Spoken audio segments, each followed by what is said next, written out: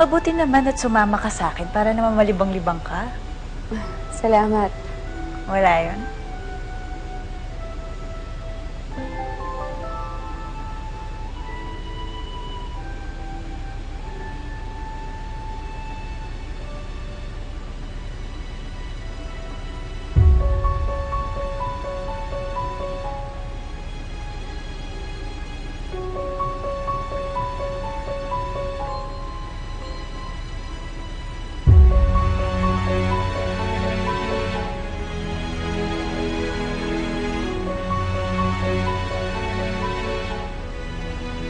O, ba't parang tumahimik ka? May problema ba? Si Rome, papunta daw sa...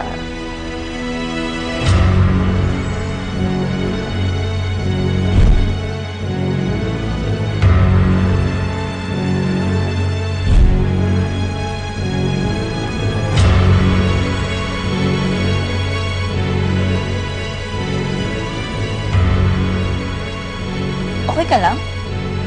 Uy, Emma, okay ka lang?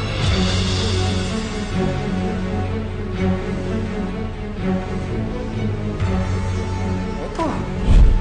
Bumili pa ako ng mga roses para lang sa'yo. Ayan o.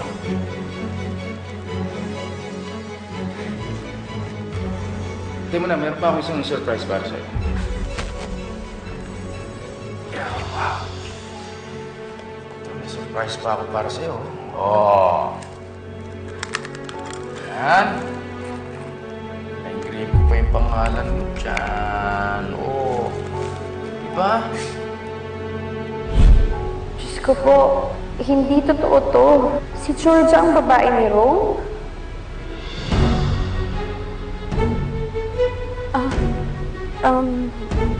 Nahihilo ko.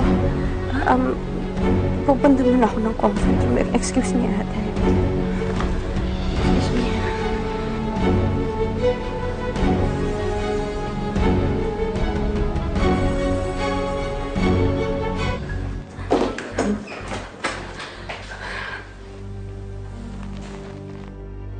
Emma! Teka, what are you doing here? Hinihintay ko lang yung asawa ko. Emma, alam mo na yung ordering mo? Yes, Rome. Si Georgia. She's an old friend of mine. Oh, Georgia. Rome. Jerome, pero Rome na lang tawag ko. Georgia. Of course, I know you. Ako ang babae yun. Lumabas sa kwarto niya. Talaga, kaloko! Ay, ma'am, nandiyan pala kayo. Ano po yung may babaeng lumabas sa kwarto namin? Yung kaibigan niyo, si Georgia.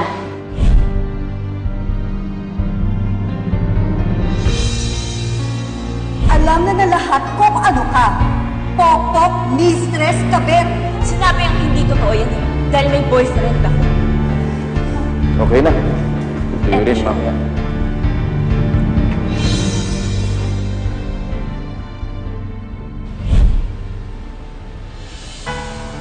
Pinagkatiwalaan ko siya.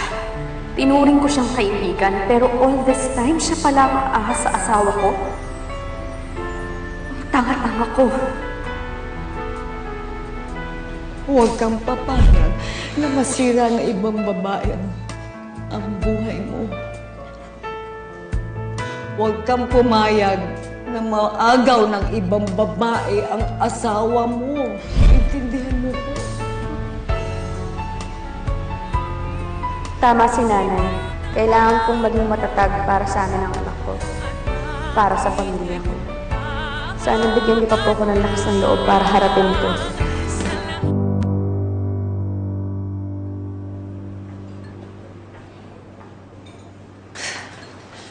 Buti na lang lunch break, nakatakas ka sa trabaho.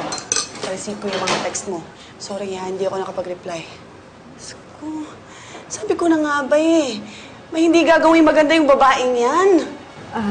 Bes, nakikiusap ako. Huwag muna nating iparating kay nanay na si George ang kabit ni Rome. Alam mo naman yun, baka siya pa unang sumugod. O sige, ako bahala. Pero dapat kinukumpronta mo na yung higad na yan. Dalang-dala na kasi ako sa pag-iiskandalo ko eh.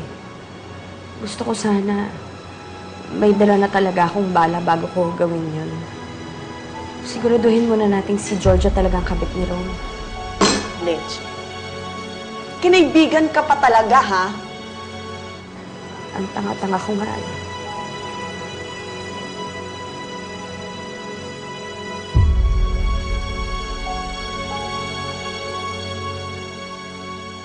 Sana mali ako. Sana kapareho lang talaga yung bag na nakita ko sa bag ni Georgia. Sana hindi siya. Kaya bes ko eh. Angelo, di ba sabi mo sinundan mo si Rome? Nakita mo ba kung sino yung babae niya?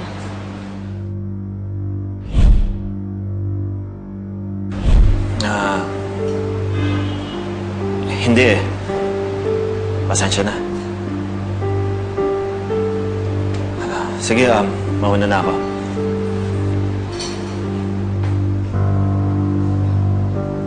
Teka lang, susundan ko yun. Mukhang may hindi sinasabi.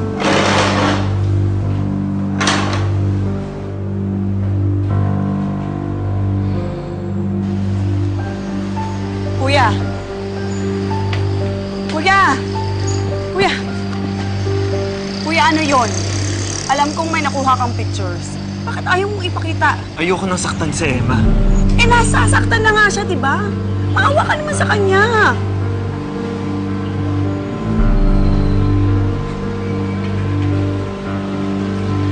Alam ko, nakita mo sila.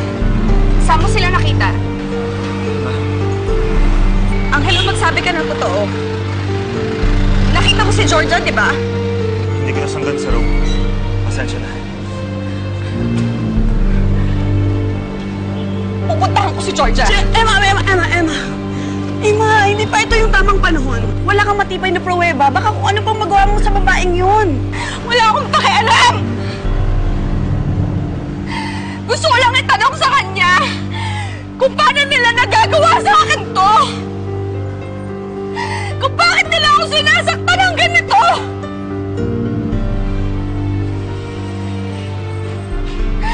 Ano ba nagawa kong mali? Bakit ako pinaparusahan ng Diyos ng ganito? Emma, wala. Mabuti kang tao. Sila ang masasama.